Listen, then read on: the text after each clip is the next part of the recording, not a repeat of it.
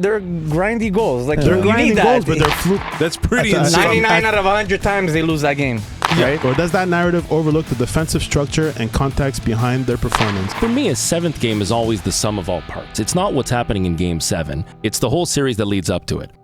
Did the Canadiens truly steal Game 7 by winning with only 9 shots? Or does that narrative overlook the defensive structure and context behind their performance? Montreal's 9-shot Game 7 win became a major talking point labeled as luck. But playoff hockey is more complex. Defensive discipline, goaltending, and game flow all shaped that outcome.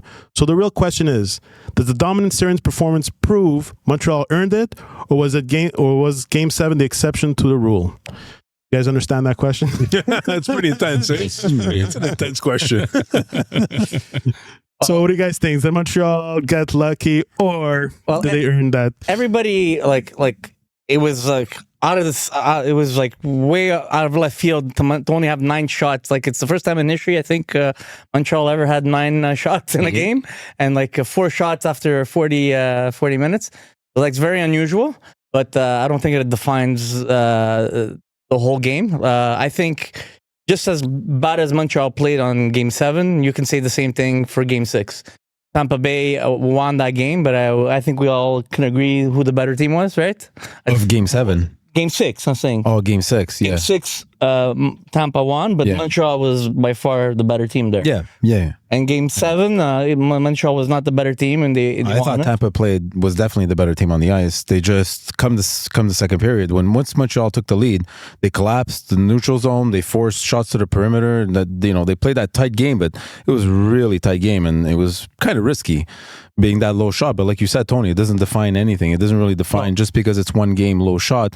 It's something rare. We haven't seen it very often. But they played very conservative. It was very conservative, and it's very telling that the Canadiens do it every single game. Give you that heart attack come third period overtime. It's like they like to keep it nice and tight. So, but Tampa also didn't have a lot of shots on that, right? Like they had 21, 20. Yeah, no, they didn't. I thought their scoring chances were better though.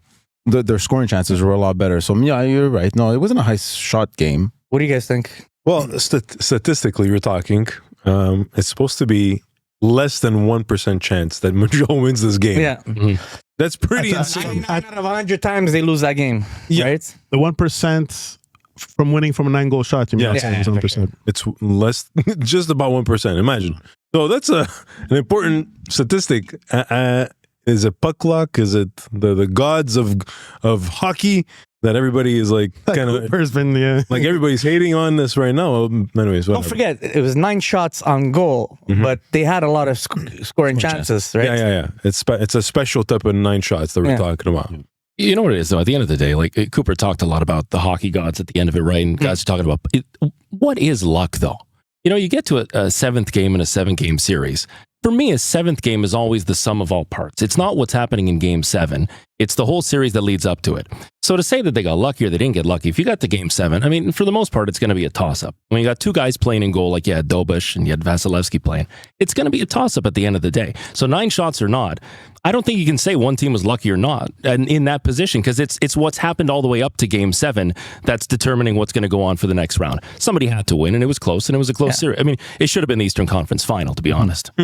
Well, to add to your point, Sean, if we're going to look at it that way, if you look at all of Game 7s, it should be 6-1 Montreal, because Montreal should have won 6 out of those 7 games. But it wasn't, right? It was 4-3, Well, they were all 1-goal games, too. Yeah, so exactly. that was really indicative of the series. Yeah. Absolutely, yeah. I agree with you. And to look at that last game, yes, they got out. They didn't have many shots, but Montreal was able to sustain the pressure as well. They played well in the neutral zone, and they were playing fantastic defensively, apart from the goalie stealing the game. I think Vasilevsky had a better game in Game 6 than Dobesh, but Dobesh had a great Game 7. But Montreal's been playing defensively since the last few games of the season into the playoffs, and that had a big factor to do with them winning, and not just in Game 7, but throughout the series. By far, like what's surprising about the series was the defending from the Canadiens. Honestly, it's big time. Not what I expected us to win with. Let's say so. It's great. It's a great feeling, But you know what it is, Steve, too? Guys, I find that really showed the evolution of this team. Because in recent years, even just as far as back as last year, in that type of a game, I'm not sure the Canadiens come out as the winner, right? So they might not have had the offense. They might not have put that many shots on net. They might have had a record low, but the defense wouldn't have had the ability to circumvent whatever the other team had to give them. In this situation, I think they've learned a lot for a young team, that young of a team to be in the playoffs. And they came out on top because they had learned from previous experiences. Marty prepped them really, really well. And despite not having the offense going, their defense was fantastic and their goalie was world class. And in a game 7, that's literally what the difference is going to be. Yeah. So good for them. Yeah, they're that players came out on top because that was the key in the series. Both teams' offensive powerhouses were held to a standstill. They were a stalemate. So Montreal was better. I think they had a better depth on their team than Tampa did. I think all you guys are correct 100%, but you can't deny those goals were flukes. They weren't. Wasn't a fluke. Flukes, man. You don't consider that were a fluke? They're grindy goals. Like they're grinding goals, but they're fluky goals. You can't always get these beautiful goals. They need. Yes, I know, but if it wasn't for those fluky goals, even I don't want to go to. Well, look at the goal that went off of. It was a game 5 or game 4. It went off of Hagel, off the chest and in. The same thing. Well, you talk about luck. Sometimes you got to make your own luck. Exactly. You make your own luck. But Montreal won this series a lot on luck. There was a lot of luck. It was that goal that Texier just waltzed into the goalie crease, hit his chest, and went in. So you're telling me Montreal won this by luck? Won the series? Not fully, but there was a big luck. They had a bunch of lucky goals. You can't deny that. There was a bunch of lucky goals. I'm going to disagree with that 100%. Were they nice setup play goals, or like every goal was? You have to look at the game as a whole. They played better defensively. I do, and if Newhook didn't swipe that puck in midair and hit the Valesky's butt and go in from behind the net, practically, Montreal wouldn't be around. Let me ask you a question. Did you notice that every game Tampa Bay always tried to switch tried to change momentum by switching their style of play because they couldn't contain Montreal's speed and the way they were forechecking and entering the neutral zone? Like in the beginning, they're trying to be tough. They tried to pull the Florida the Panthers style. They tried to go heavy and they tried to be physical. They tried to do the skill game. They kept changing it around. Montreal stayed more consistent. Montreal did make a lot of mistakes. They're a young team. They're inexperienced. All they had was last year 5 games against Washington. Montreal was the better team all around in 7 games. Like I'm sorry, I disagree totally with you that they won by luck. If you look, I didn't say they won by luck. I said they got a lot of lucky breaks to win this series. That's what I'm saying. So they Tampa didn't win. Don't forget, like Sean said, they were so close. These teams are so evenly matched. You need to get luck somewhere. Sometimes it's gonna come up. I think that's why Montreal won the series, is because they had that little extra lucky edge. Like Cooper said, luck was on their side. The hockey gods were on their side a bit because they both played very well. They both were at each other's. There was games where they had lost and they were the better team.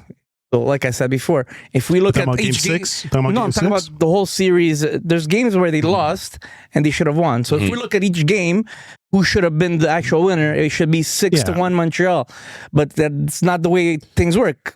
Tampa Bay took 3 games because they got lucky too. One of the games they totally dominated, in Montreal, but it's part of the game, luck. But 100%, I understand that. But you know what it is, Brian, and I don't know how much as the new guy, I don't know how much I'm allowed to challenge you. But as much as you want. I disagree with you. I disagree with you entirely. You know what it is? I think that your judgment. It's been really fun, guys. Thanks for having me. This is terrific. And your mic is off now. You know what it is? I think that your judgment, like a lot of Habs fans, and I put myself in that category too, I think might be clouded a little bit by recency bias. And what I mean by that is, this wasn't an elegant series.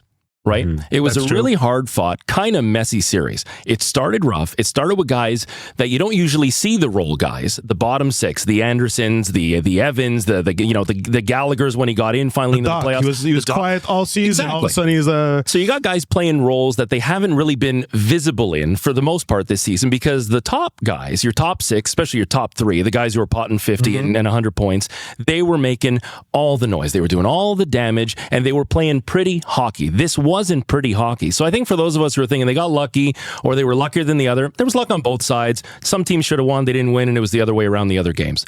But we didn't see elegant hockey. It wasn't tic-tac-toe. They weren't moving the puck like crazy like they do in the regular season. 5-on-5, inexistent. Power play had a little bit going. And then you watch that and you go, oh, they got lucky. I think they just played the hockey that they had in front of them. Like they were prepared to do what the day offered them, and that's what it was. And we're just not used to seeing that this year. That's why I think we might have a bit of a skewed judgment as Habs fans this year. Well said, Sean. You make a lot of sense. Yeah. So I can stay? All right, for now. We bought Tim Hortons, okay. Thank you. Steve, anything to say? I listen. Do I think that there's luck involved? Of course, there's some luck involved. What they pulled off, I think there was just the right amount of luck. Okay, it wasn't an extreme amount. I think so too. They had a lot of talent on that team, and they were all around much better, in my opinion, than Tampa Bay. And whatever tactics, the Lightning used was kind of sketchy sometimes to get to us. But it worked though, eh? Yeah, it got to our head for sure. It got to my head. I was like, oh my gosh, I'm losing. It was everything in this series. Yeah, tactics on the ice, tactics from the coaching staff. This series had everything. It was fantastic. Look at that Game 6, one of the best hockey games I've seen in a long time. That's tremendous. It was fantastic. At the end of the day, guys, in a 7-game series, the best team won overall. Montreal overall was the better team, not just offensively but defensively. In a whole, they were the better team. So what's the conclusion in general? What do you think, guys? That's 9 game. The 9 shots was horrendous, but it doesn't define anything about why they came out on top. I had nothing to do with why they deserved it or didn't deserve it. They deserved it 100% regardless of the 9 shots. They were the better team throughout the whole series, in my opinion. No? I think if you choose to look at the team pragmatically, right? If you could look at it and say they got 9 shots, they got lucky, they won the game. But really, at the end of the day, it might just speak to the level of maturity that the team has attained. If they've been able to have a game like that and still come out on top, it means they're well prepared. They've learned a lot about themselves, and even when their top guys aren't going, because that was the concern going in. If these guys go silent, we're not going to win. They were silent. They evaporated. They're still not there against Buffalo. And they still found a way to beat Tampa Bay. So I think you kind of look at it the other way around. I'm choosing to be glass half full. They can't keep doing that. But at the end of the day, I think they did a really good job coming out on top with what they had available to them. Yeah, absolutely. What's your final verdict? Oh. By the way, Sean, Pat's a Bruins fan. Oh, So I'm sorry to hear. you got a undercover agent over here. No, Have a eulogy I after. don't know. You guys kind of covered everything. What I liked about the Canadiens in that first round was just how they played with so much depth. And Tony, you said it. The better team found a way to win. And we can talk about luck all day, but you can go back every year, and every Stanley Cup champion has had a lot of lucky goals in all their series. So it's part of the game. You got to be quick to adapt to it. And I think having a young team like the Canadiens, we're more shocked than anything to see these young guys with zero experience and just one coach lead the way with so much change on the fly and adaptability, and they're doing such a great job. And we talk about how the top 3 guys weren't playing, but they did such a good job at containing Tampa's top 3 guys. And if it costs them their top lines, what makes you win series is depth. I said this before, the Bruins in 2011 won because of depth. Yeah, absolutely. Their fourth lines, their third lines were winning these key games, these 2-1 games, these 1-0 games, and key games that would win those game 7s, those game 6. And it wasn't Bergeron on the top line that was doing it. It was the bottom guys that were doing it. That was the year Toronto was up 3-1, and then and they came back 4-3. We always have to shut them. Was it 3-0 they're up? They're up 3-0. I think so. No, in the game they were up like 4-1 or something. The game. In the game. Oh, they were in game 7. No, in the game it was 4-1. 4-1? Going into the third period. 10 minutes left. Yeah. 4-1 on the scoreboard. Gosh. Have the game. What a choker. 10 minutes and something left. They scored 3 goals. Bergeron's tying goal. Tells you about luck, though, because really, every team needs a little bit of luck, and sometimes nobody talks about how many overtimes did we win in '93. Right. A lot of them, Right. And nobody. I mean, we still talk about it because it kind of became hockey lore, Right. But they won the cup because they won all those 1-goal games, winning in overtime. It's got to go some way, and in their case, it went their way, and it was the last time they won. I agree. And it was in grade 6. So. Yeah. Trust me, I was praying that. I was like a little kid. Please, God. It was great. But I guess, history, is always made with Canadians in the Habs. So we always set the tone in a negative or a positive light. And in this case, the 9 Especially in shots, this city. the 9 shots just shows that we continue to make history. So listen, it's all good, man. We pulled it off. I'm happy. Yeah, good for them. Very good for them. See that? I love that video at Martin Louis at the end in the Wall Street. locker room. What do they call him? The Wolf of St. Catherine? Is that what they call him? That's great. Wolf of St. Catherine. How can you not want to play for the guy, too? You see stuff like that. How can you not? I mean, these guys would run through a brick wall for Marty right now. It's great to see the culture in that locker room. It's terrific. Well, he talks to them on their level. Like, he doesn't put himself higher, So shows a lot of respect. Yeah, 100%.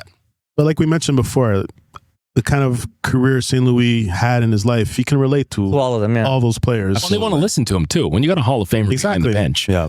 and he's not even that far removed from his career, Exactly. it's hard not to when he's giving you advice, and he's also running the stairs, working on the thighs. He's got the big thighs and the big quads. How do you not listen to the guy? It's amazing to see, because you can see how receptive this young team is to a guy like Marty. That's just going to continue. They're all coming up together. It's amazing, really amazing. There's a few clips of him with like certain points with Cole Caulfield. I think Demidov do. You see him like, teaching him something, and then you see footage of him doing the game right later after that night. Yeah. yeah, it's nuts. Remember when he totally the goalie in practice? Was it last year or the year before?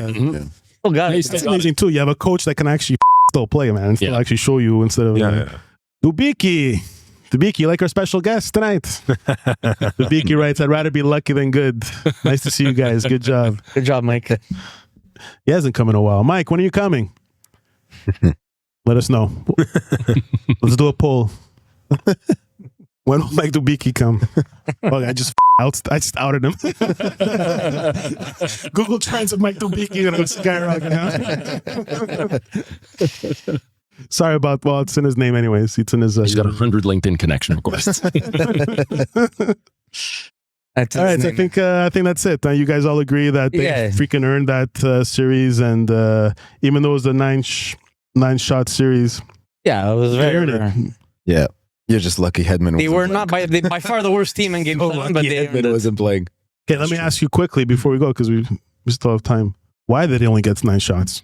Why? Because I think that, like I said it before, They're just playing super defensive, or they're just strategy. They closed down. Did you see how Tampa was clogging that neutral?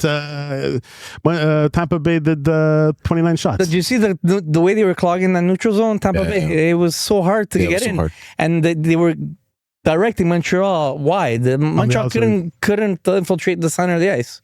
They got a dirty goal. Look at Suzuki's first goal. He tipped it and it deflected off the defenseman and went in.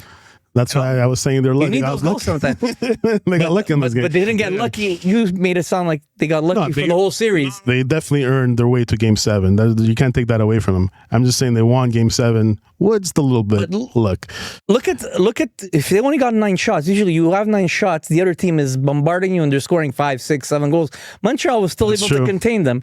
So they played well defensively, right? Well, usually you don't get 9 shots. You're playing like crap. You have to look at the whole game as well, right? Not just the 9 shots. 100%. Let's not get back into it. Let's move on. I did. I opened it.